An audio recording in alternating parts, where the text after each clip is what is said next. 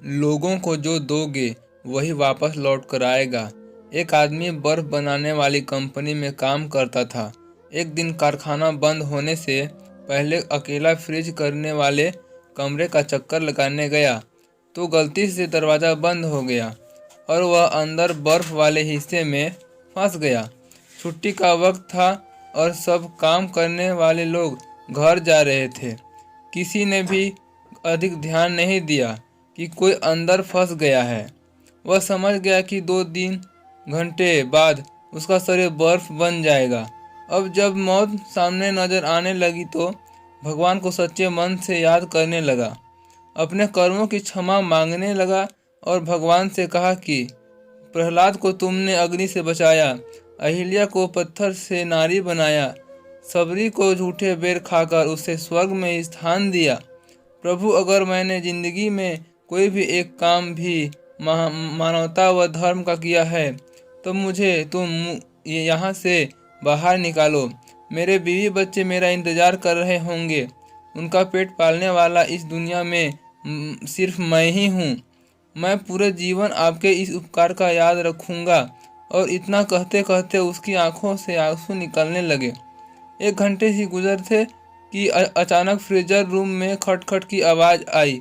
दरवाज़ा खुला, चौकीदार भागता हुआ आया, उस आदमी को उठाकर बाहर निकाला और गर्मी हीटर के पास ले गया। उसकी हालत तो कुछ देर बाद ठीक हुई तो उसने चौकीदार से पूछा, आप अंदर कैसे आए? चौकीदार बोला कि साहब, मैं 20 साल से यहाँ काम कर रहा हूँ। इस कारखाने में काम करते हुए हर रोज़ सैकड़ों मजदूर और ऑफिसर कारखाने में आते हैं।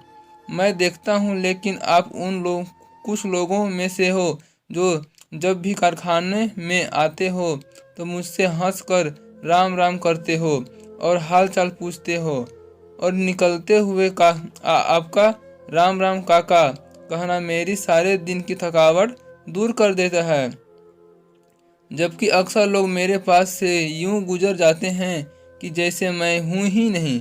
आज हर दिनों की तरह मैंने आपका आते हुए अभिनंदन तो सुना, लेकिन राम राम काका सुनने के लिए इंतज़ार करता रहा। जब ज़्यादा देर हो गई तो मैं आपको तलाश करने चल पड़ा कि कहीं आप किसी मुश्किल में तो ना फंसे हों। वह आदमी हैरान हो गया कि किसी को हंसकर राम राम कहने जैसे छोटे काम की वजह से आज उनकी जान बच गई। सबकी अपनी ज़िंदगी है, यहाँ कोई किसी का नहीं खाता। जो दोगे औरों को वही वापस लौट कर आएगा। तो दोस्तों, आपको कहानी कैसी लगी? चैनल को लाइक शेयर सब्सक्राइब कीजिए।